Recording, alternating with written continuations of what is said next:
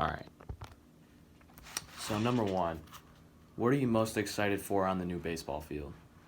I'm most excited for our kids to have a great experience playing on a first class facility. Our kids and our coaches. Okay. Um, will the field have a name? At this point, it does not have a name, but that's something that could change in the future. But for right now, there's no name for the field. Okay. How was it decided that a new field was needed? Well, I believe that process began before I became the athletic director, and I think one of the things that our superintendent, Mr. Morgan, is very passionate about is wanting to provide first class facilities for all of our student athletes and really all of our students. And you know, the old field has been around for a long time, but it got to the point where after speaking with several different companies and several different people who are experts in that area of putting in fields, that it would be wise for the school district to build a new field rather than fixing the old one. Right. So that's kind of how it came to be. Okay. And I actually have a question later about the company that built it. Do you think the new field will boost how well the team performs this year compared to previous years? As far as performance, I think that's mostly up to players and coaches, but I do think that what it's going to do is, I think it's going to add to the excitement about baseball, and I do think it's going to provide the most fair playing and conditions, and most fair. I guess I would say fair and consistent conditions for both teams, and that's what you want. That's one of the reasons that, like for example, in soccer, once you get to a certain level in the playoffs, it has to be on turf. In football, when you get to the second round, it has to be on turf. Right. And because those conditions provide the most fair and most consistent for the student athletes that are participating. Yes. So I think our field will do that. Okay. What do you think about like the location of the new field? What do I think about it as far as what? Like, I guess I can just skip that question because I kind of address it differently down here. Okay. How is the location of this field chosen? So, when you put in a field, again, you receive feedback from a variety of sources, and the way that came up, the location that we have right now, the way that it came about was, first of all, it's near the softball field, which is good for a safety perspective because then Chelsea doesn't have to be in two different spots across our campus for safety concerns. So it allows our trainer to be in one area. The second thing that it does is it allows us to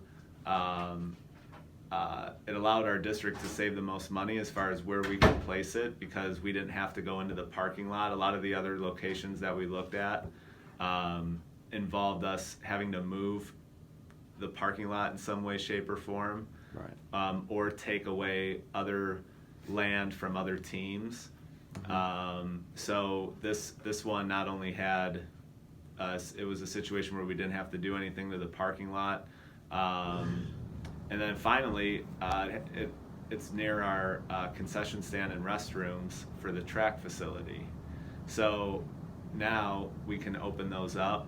It provides a better experience for the spectators, being able to go in a regular restroom, and then it also provides our boosters with the opportunity to run a concession stand, which is something that they've never had the chance to do before. So there's a lot of positives to that location. Right. Do you think this new location could cause any problems with other sports or activities? No, I don't think so. You know, it's there's only I believe 3 potential dates that there would be multiple activities going on back there, and I don't foresee any problems with other sports. Okay. So what are some important characteristics of a good baseball field? Well, the first thing that you have to do is find, and I think we did this, is we had a company install the field. Like, that's what they do. They're not a company that can do it. Like, Ag Design is the name of the company that put the field in, and that's what they do. They build baseball fields. They've built college fields. They build minor league baseball fields. So our field is one of the best in the state, and I think it starts there because they're the experts, right? That's what they do. So I think our job as a school district is to find, because you can't be an expert at everything. Right. So you have to find a company who has that ability to do something really well. And after we spoke with a lot of schools about who they've used and their experience, and Ag Design was a group that had a lot of positive feedback, and I think they've done a great job on our field. I agree. Do you think the new baseball field will attract more fans and give the baseball team greater attention? That's a good question. I think, again, I would say that it's a positive thing. So I think anything positive is going to help with support for teams. As far as the number of fans and things like that, I think a lot of people are interested in it, and I think that, again, it's just a good overall positive thing for the district. How will this field impact the Buckeye community as a whole? Well, like I said, I think it gives the community something to be proud of, knowing that the student athletes in the district who play baseball are on a first-class facility, and my kids go to Buckeye, and I'm very pleased about that. And I would think if you're a community member, I think they want kids to have a positive experience at school, and this is one way to provide that. Okay. Halfway done. That was 10. What was the name of the construction crew that built the field? And you already answered this. Ag Design. Right. And you already answered this too. Did this crew do a good job? I think it was outstanding. As they were installing the field, I would speak with them and ask them questions, and they were very open to the needs that we expressed to them, and I think they did a great job. Okay. Is the field finished, or is there still things that need to be put in? So, as far as being able to play a game, yes, it's finished. As far as the bells and whistles and some of the nicer things that you would want out of a facility, those are still in progress. Like, for example, the dugouts still need to be completed, and they will be by the time the season started. Okay. And also things like windscreen and things like that for the fences. And at some point, we'd like to have a scoreboard back there as well. So those are the final few things. But as far as our ability to play a game, it's ready to. It will be ready by the time baseball season rolls around. Awesome.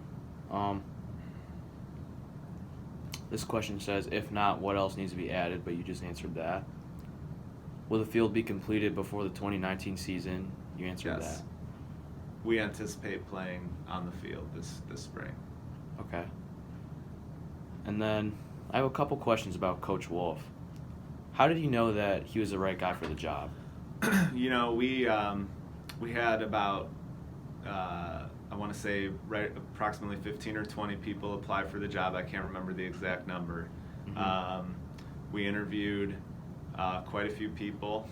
I think the thing for me and Mr. Jacob, and we had a few other people a part of that interview process. We had another baseball coach in the area was a part of that process. For me, I thought it was his passion that came through in the interview. I thought that his ideals were aligned with what I expect from coaches. I think he's a very hard worker. I think he is a man of integrity and character. I think he's a baseball junkie. One of the things as I did so when somebody applies for a job, they list references. And in my position, I call the references, and I also call people that are not on the reference list that I know that might know him. So he was coaching in Wayne County, and I know a few coaches in Wayne County, and I probably called about 5 or 6 different people that were baseball and non-baseball people, and every single person said the same thing about him, and they said that he's a winner, he coaches the game the right way, he's going to treat the kids well, and he's going to want what's best for the student athlete. So as the interview process went on, we brought him in a few times and interviewed him, and as we checked the references, it became clear that he was the right guy for the job. Okay. What characteristics do you look for in a good coach? You already said a few. Yeah, I think first and foremost, you have to be a person of character and integrity, and you're going to treat kids the right way. I also ask whether my kids play this sport or not. I look at that person and I say, would I want my kid to play for that person? And again, that goes back to how are they going to treat you. I want somebody that who's going to have high expectations for himself or herself and a program. And I want somebody who's a lifelong learner and somebody who can demonstrate that they give themselves professional development. So here's what I mean by that. Like, one of the things that came back about Coach Wolf was every time there's a coaching clinic, he's there. Every time that there's an opportunity to learn, he's there. And I want somebody who can build a program, and that's kind of what we look for in our coaches. Okay.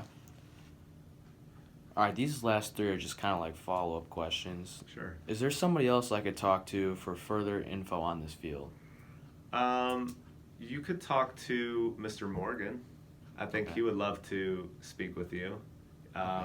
He'd be a good person. Okay. Is there anything else you'd like to add? You did a great job. And I look forward to watching you play on the field because I think you're a great kid, and I think that you are what we love about Buckeye. I watch you play soccer and I watch you play baseball. I'll never forget the way you dove into that fence at Medina, and how you leave it all out there, and I just enjoy watching kids like you compete. So I'm excited for you to have that experience. Thank you. I appreciate that. Can I follow up if there's anything else I think of? Sure, absolutely. All right. You know where to find me, right?